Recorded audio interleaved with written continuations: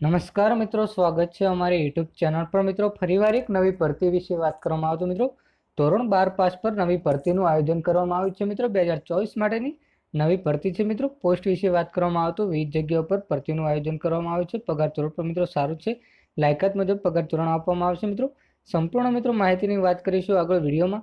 એના પહેલા મિત્રો અમારી ચેનલ પર નવા હો તો ચેનલને સબસ્ક્રાઇબ કરી દેજો, કારણ કે મિત્રો આવનારી સરકારી ભરતી, સરકારી યોજના કે સરકારી ભરતીની માહિતીની અપડેટ સૌપ્રથમ તમારા મોબાઈલના નોટિફિકેશન પર જણાવવામાં આવશે।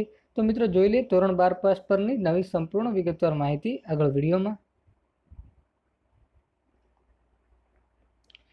તો મિત્રો વાત કરવામાં આવે તો ડેટા એન્ટ્રી ઓપરેટર માટે ધોરણ 12 પાસ પર ઉમેદવારો ભરતી કરી શકે છે। મિત્રો ફોર્મ ભરી શકે છે। એસએસસીની 3712 જગ્યાઓ પર ભરતીનું આયોજન કરવામાં આવ્યું છે। મિત્રો 2024 માટેની નવી ભરતી છે।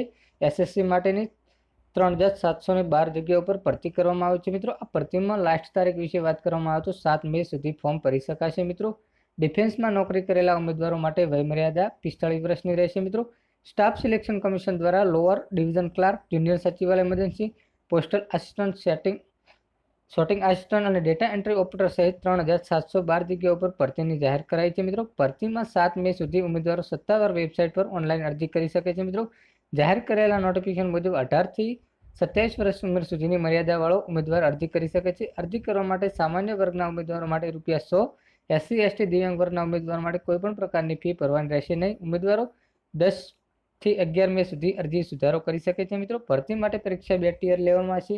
ટિયર 1માં મિત્રો ક્વોલિફાઈંગ પ્રકારનું રહેશે। ટિયર 2માં સ્કિલ ટેસ્ટ અને ટાઈપિંગ ટેસ્ટ લેવામાં આવશે। જ્યારે સત્તાવાર જાહેરાત મુજબ ટિયર 1માં પરીક્ષા 1, 2, 3, 4, 5, 6, 8, 9, 10, 11, 12 જુલાઈ વિવિધ કેન્દ્રો પર લેવામાં આવશે। પરીક્ષા માટેનો ઉમેદવાર એડમિટ કાર્ડ પરીક્ષા માટે 1 સપ્તાહ પહેલા બહાર પાડવામાં આવશે।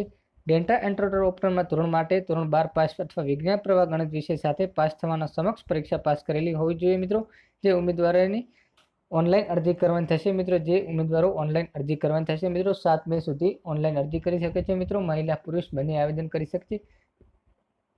ફક્ત ધોરણ 12 પાસની ભરતી છે। મિત્રો જો આ ભરતીનો તમને વિડીયો ગમ્યો હોય તો વિડીયોને લાઇક કરજો, શેર કરજો।